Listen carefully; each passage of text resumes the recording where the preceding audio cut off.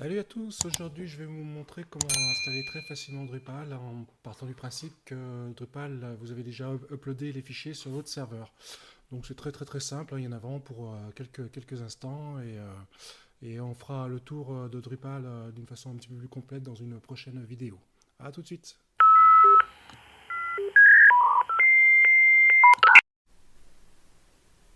Alors, donc nous arrivons sur Drupal, le système, l'installation. Donc moi, ce que je vous propose dans un premier temps, c'est de cliquer sur français, de le sélectionner, d'être bien sûr de ça, hein. On sélectionne bien en français. Voilà. Save and continue. Alors, ce que je vous propose, c'est d'installer la version standard. Comme ça, vous aurez au moins les principaux plugins d'installer d'office.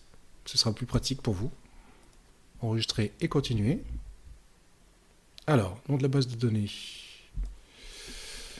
c'est un site de test.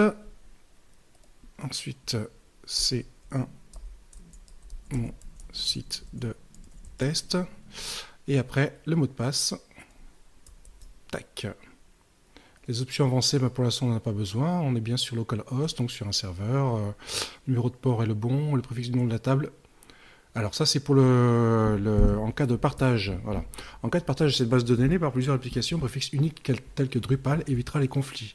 C'est-à-dire que si vous installez plusieurs versions de Drupal ou plusieurs sites internet sur la même table la même base de données, la même table, donc ça vous permettra de pouvoir les différencier. On met Drupal ou on met mon installation underscore ou on met ce qu'on veut et voilà, ça permet d'installer plusieurs versions. Donc on fait enregistrer et continuer.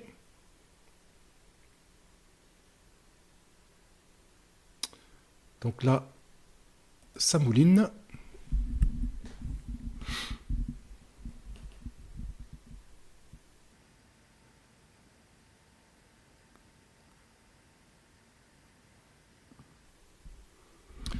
La mise à jour des traductions.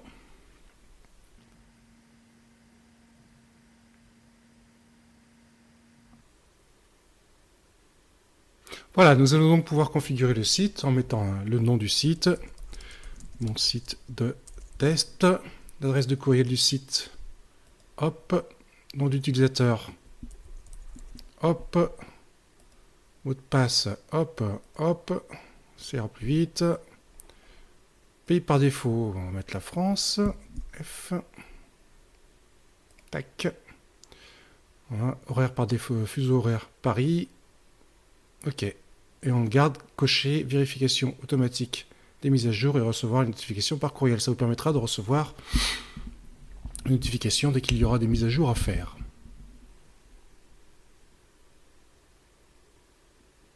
Hop. Et voilà, c'est terminé. Vous avez bien une notification qui est arrivée, comme vous pouvez le voir ici. Hop, des mises à jour sont disponibles. Bienvenue sur mon site de test et vous pouvez commencer à travailler dessus. Donc dans une prochaine vidéo, nous allons voir comment, qu'est-ce qu'on peut configurer, qu'est-ce qu'on peut faire et comment tous ces menus fonctionnent. Voilà, c'est tout pour aujourd'hui.